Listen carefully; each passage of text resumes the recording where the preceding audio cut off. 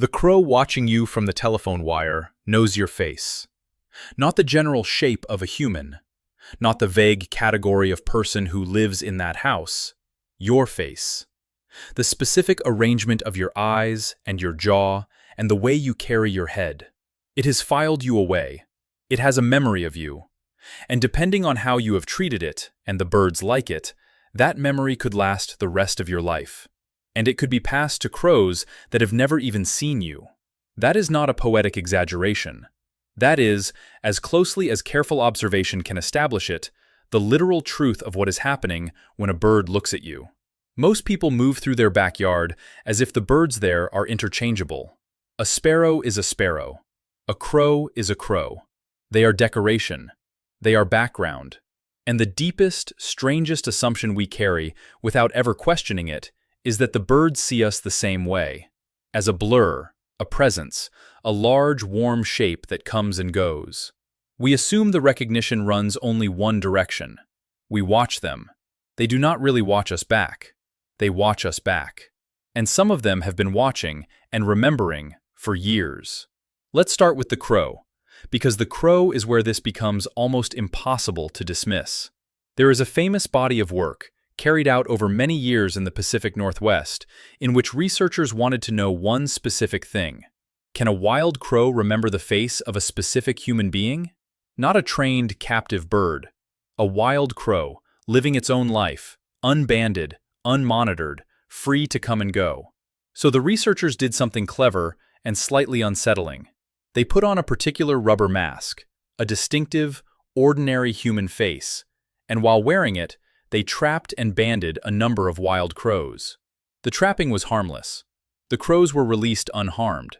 But to the crows, the experience was alarming, and crucially, every crow that experienced it saw the same face, the mask. Then the researchers walked away, took off the mask, and waited.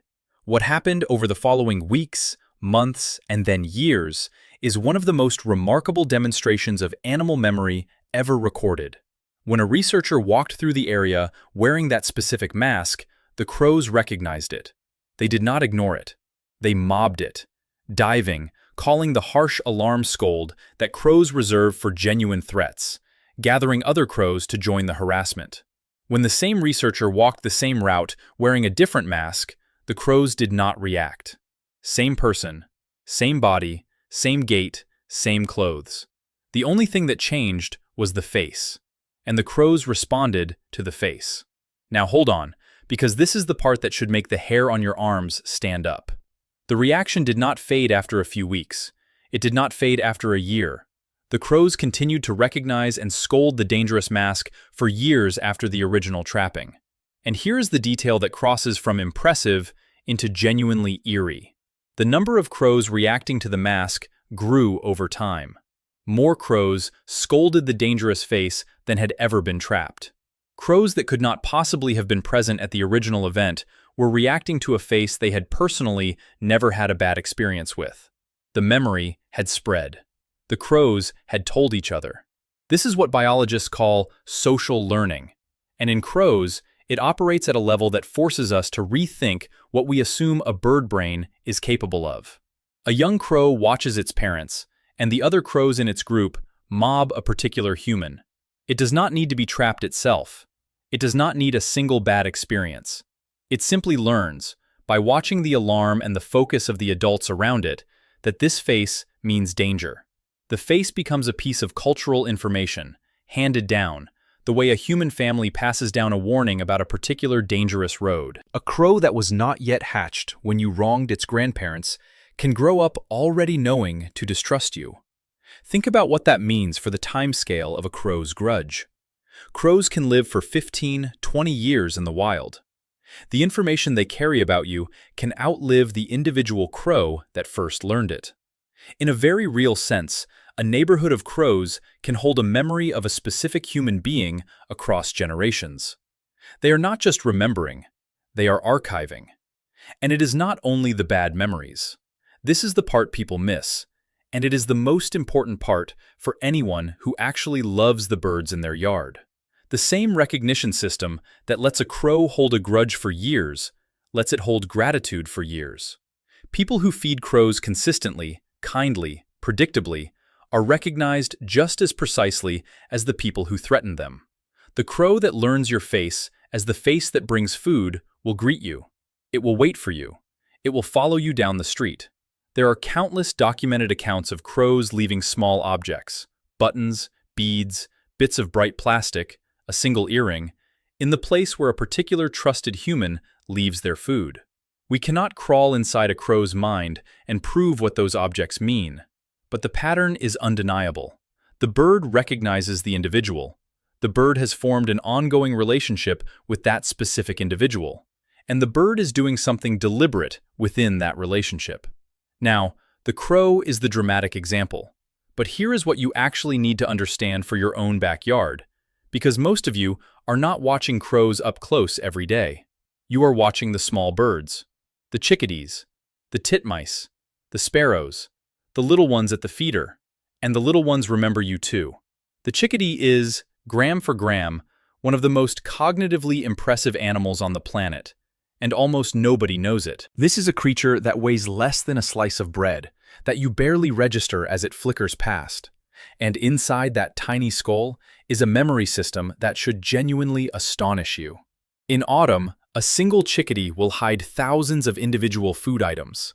One seed here, one insect there, tucked into bark crevices and under lichen, and in the splits of dead wood, scattered across its entire territory. And then, through the winter, it remembers where it put them. Thousands of separate locations, each one a distinct spatial memory, held in a brain you could balance on your fingertip. A brain that can do that is not a brain that fails to notice the large, warm creature who refills the feeder every morning. Chickadees recognize individual humans. They learn faces, they learn routines, they learn which window you appear at and at what time, and what it means when you do. The chickadee that lands on the feeder hook seconds after you walk away from filling it has not made a lucky guess. It has been watching the window. It has learned the sequence. The human appears, the human does the thing at the feeder, the human leaves, the food is fresh. It has built, inside that miniature brain, a working model of you, your schedule, your behavior, your reliability. You are a known quantity. You are a character in the chickadee's understanding of its world, with a track record it has personally compiled. And the chickadee, like the crow, has its alarm vocabulary, and it uses that vocabulary to talk about you specifically. The chickadee's scolding call, the one it gets its name from, is not a single fixed sound. It is a flexible signal, and the chickadee adds more of a particular syllable to it to encode the level of threat. A small, distant, low-danger predator gets a few. A small, agile, high-danger predator gets many. The chickadee is, in effect, broadcasting a detailed threat report, and every other small bird in earshot, of every species, listens to that report and responds to it. So when you move through your yard, you are not moving through neutral space. You are moving through an information network. The birds are assessing you, classifying you, and the moment they reach a verdict, they share it.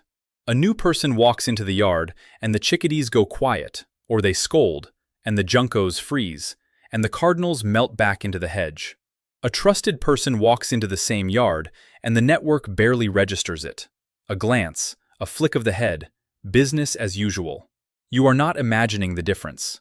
The difference is real, and it is a verdict, and it was reached about you personally. And it is not only crows and chickadees. Once you start looking, this ability appears again and again across the birds you see every single day, hiding in plain sight. Mockingbirds have been observed distinguishing one specific person who repeatedly approached their nest from other people who did not, singling that individual out for dive bombing while ignoring everyone else who walked the same path. Pigeons, the birds we have trained ourselves to see as the least intelligent animals in the city, can recognize and remember particular human faces and hold on to that recognition stubbornly, even when the person tries to change their appearance. The capacity to know a human as an individual is not a rare freak talent in one unusual species. It is widespread. It is sitting on the wire above your street and walking the pavement at your feet. So how does a brain that small actually do it? For a long time, the assumption was that it could not. The reasoning went like this: complex recognition, individual memory, the holding of grudges, and the keeping of relationships, that requires a large brain, a primate brain, a mammalian neocortex, the wrinkled outer layer where we located all the impressive thinking. Birds did not have that structure. Therefore, birds could not be doing anything sophisticated. The very phrase bird brain was built on this assumption, and we used it as an insult for generations. We were simply wrong. The bird brain is not a smaller, simpler version of ours. It is a different architecture that arrived at the same destination by another road. Inside that small skull, neurons are packed at a density far higher than in a mammal brain of comparable size. A bird is not working with fewer processing units because its head is small. It has crammed an astonishing number of them into the space available, like a city that built upward instead of outward. And birds possess a brain region that handles complex cognition and does the work our outer cortex does, even though it evolved entirely separately. Two completely different lineages, separated by hundreds of millions of years, both built a brain capable of recognizing a face and remembering it for years. When the same solution evolves twice, independently, that tells you it is worth having. And for a bird, it is worth almost everything. A creature that cannot tell the dangerous human from the harmless one wastes enormous energy fleeing things that were never going to hurt it, or worse, fails to flee the thing that will. A creature that can tell them apart spends its fear precisely, only when it counts, and spends the rest of its time feeding, resting, and surviving. Individual recognition is not a luxury that birds happen to have. It is a survival instrument, sharpened by every generation that lived because it remembered the right face and avoided the right threat. When that bird looks at you and decides, it is using one of the most refined tools evolution ever handed it. So what, exactly, are these birds storing? What does the file on you actually contain? It contains your face, the geometry of it, the relationships between your features, the parts that do not change when you put on a hat or a coat. We know this because of the mask studies. Change the face, change the response. Keep the face, keep the response, even across years. The face is the anchor. It contains your movement signature, the specific rhythm and speed of how you walk, whether you move smoothly or in unpredictable bursts, whether your hands stay quiet or whether they rise toward the birds, whether you tend to stop and stand or whether you keep coming. Birds read the body in motion with a precision we cannot match, and your particular way of moving is as identifying to them as a signature. It contains your routine, the times you appear, the doors you use, the objects associated with you, the watering can, the seed scoop, the particular chair on the porch. The bird builds a model not just of you, but of the predictable world that contains you, and it slots you into that model as a recurring, forecastable event. And it contains the verdict, the single most important entry in the file. Threat or not a threat? Safe or not safe? Worth approaching or worth avoiding? Every interaction you have ever had with that bird, every sudden movement and every still morning, every time you lunged and every time you simply sat, has been a data point feeding into that verdict. And once the verdict is reached, it does not just sit there privately. It gets shared with the network, taught to the young, woven into the collective understanding the local birds hold about the humans in their world. You have a reputation among the birds in your yard. You earned it. And you are probably the only one who does not know what it is. Sit with that for a moment, because it changes something. It means that the relationship you have with the birds outside your window is not one-sided, and it is not new each day. It has a history. It has continuity. The chickadee at your feeder this morning is, quite possibly, the same individual that was there last winter, and the winter before, carrying forward across all that time a memory of you, of your face, your habits, your particular flavor of trustworthiness. You have been, without knowing it, in a years-long relationship with a wild animal, and that animal has been keeping track the entire time. This is why the small kindnesses matter so much more than they appear to. The decision to move slowly when the feeder is busy, the decision not to lunge at the window, the decision to keep the feeder filled through the hard part of winter when it would be easy to forget. None of these are gestures into a void. Every one of them is a data point, recorded, remembered, and folded into a verdict that can last for years and be taught to birds not yet born. You are not feeding birds. You are building a reputation, one quiet morning at a time, in a memory system far older and far more durable than you ever assumed. And the birds that have decided you are safe, the ones that wait at the window, that drop to the feeder before you have fully turned away, that let you stand close, are not generically comfortable with humans. They are comfortable with you, specifically, by name, in the only language they have for names, which is the memory of a face and the verdict attached to it. They picked you out of every human they have ever seen, and they decided. That is not a small thing. That is one of the most genuine relationships available to a person, and most people walk straight past it every single day without ever knowing it is there. So here is what I want from you, and I mean it. I want you to tell me about your bird, the one that knows you, the crow that follows you down the block, the chickadee that lands before you have stepped back, the jay that screams the moment your particular car pulls in, the bird that left something behind in the place where you leave the seed. I want to know what it does, and how long it has been doing it, and the moment you first realized, really realized, that it was not just any bird, that it was watching for you. Tell me in the comments. Tell me how it recognizes you and what it does when it does. Because somewhere out there is a bird with your face stored in its memory, and a verdict attached to that face. And I think you should find out what that verdict is. Go outside, be still, be kind, and let it remember you.